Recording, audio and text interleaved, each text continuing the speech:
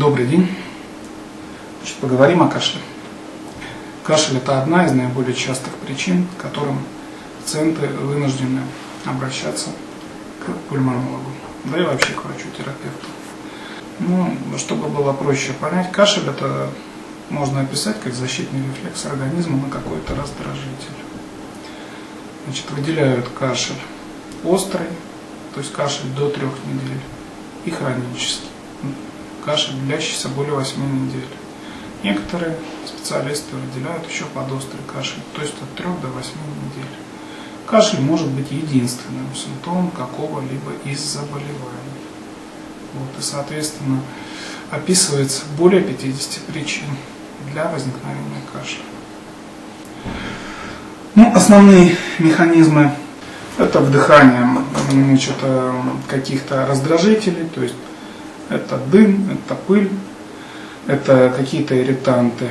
Следующая причина – это аспирация инородного тела, отделяемых верхних дыхательных путей и содержимого желудка.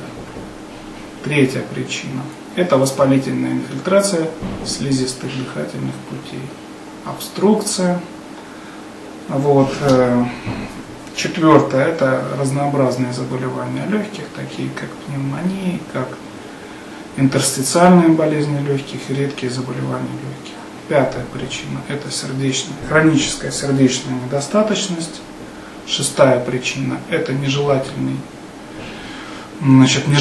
побочные эффекты приема различных лекарственных препаратов, в первую очередь ингибиторов АПФ, которые используются для лечения артериальной гипертензии, сердечной недостаточности. И бывают редкие причины, такие как психогенный кашель и рефлекторный кашель. В нашей клинике мы занимаемся диагностикой кашля, и практически все методы исследований для этого у нас имеются в наличии. Начнем с самого простого, это, естественно, осмотр врача. Далее, по рекомендации врача назначается лабораторная диагностика, анализы крови, анализы мокроты, возможно, посевы мокроты.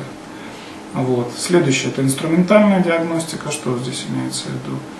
Функциональная диагностика, функция внешнего дыхания с проведением фармакологических проб. Также возможно бронхопровокационный тест с физической нагрузкой на велоэргометре.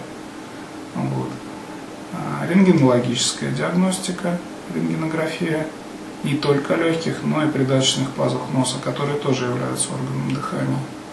Также проводится фиброгастроскопия и фибробронхоскопия с исследованием как бактериологическим, так и определением клеточного состава мокроты, либо кислотности желудка, слизистой желудка. Поскольку заболевания желудка, желудочно-кишечного тракта тоже могут являться причиной для кашля. Кроме того,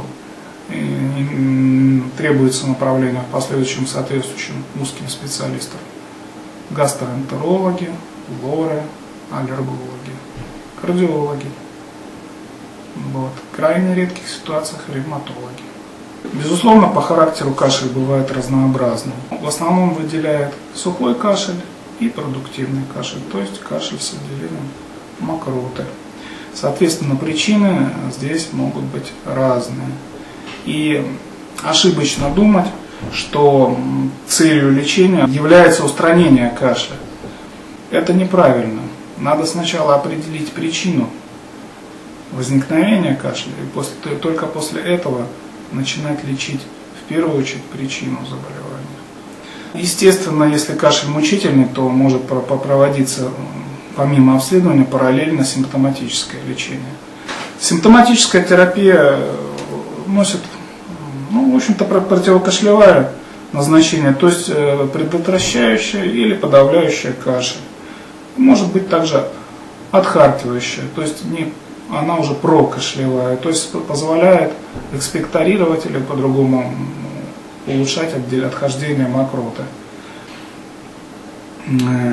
Неспецифическая противокашлевая терапия включает в себя также такие факторы социальные. В первую очередь это отказ от курения, устранение вредных производственных факторов, либо контактирования с этими факторами. Ну, естественно, гипоаллергенный быт у аллергиков и так далее, и так далее, и так далее. Вот. Ну, а уже по результатам обследования назначается соответствующее лечение. Либо это антибиотики при инфекционном заболевании, характере кашля, либо это бронхолитики, ингаляционные гормоны при обструктивных заболеваниях, таких как астма, хроническая обструктивная болезнь легких, либо это лечение гастроэзофагальной рефлюксной болезни, что делает гастроэнтеролог. Ну, также лор-патология.